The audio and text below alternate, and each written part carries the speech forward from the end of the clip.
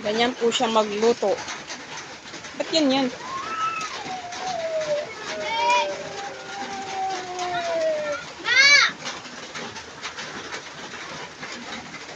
Ganyan, tolya ko rin.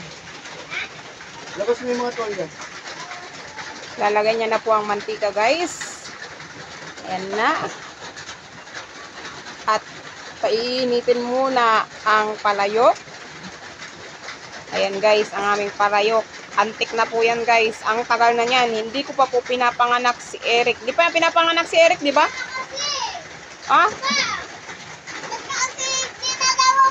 Tagal-tagal na yan. Galaw-gaw. Yan eh. Bibintang dyan siya eh.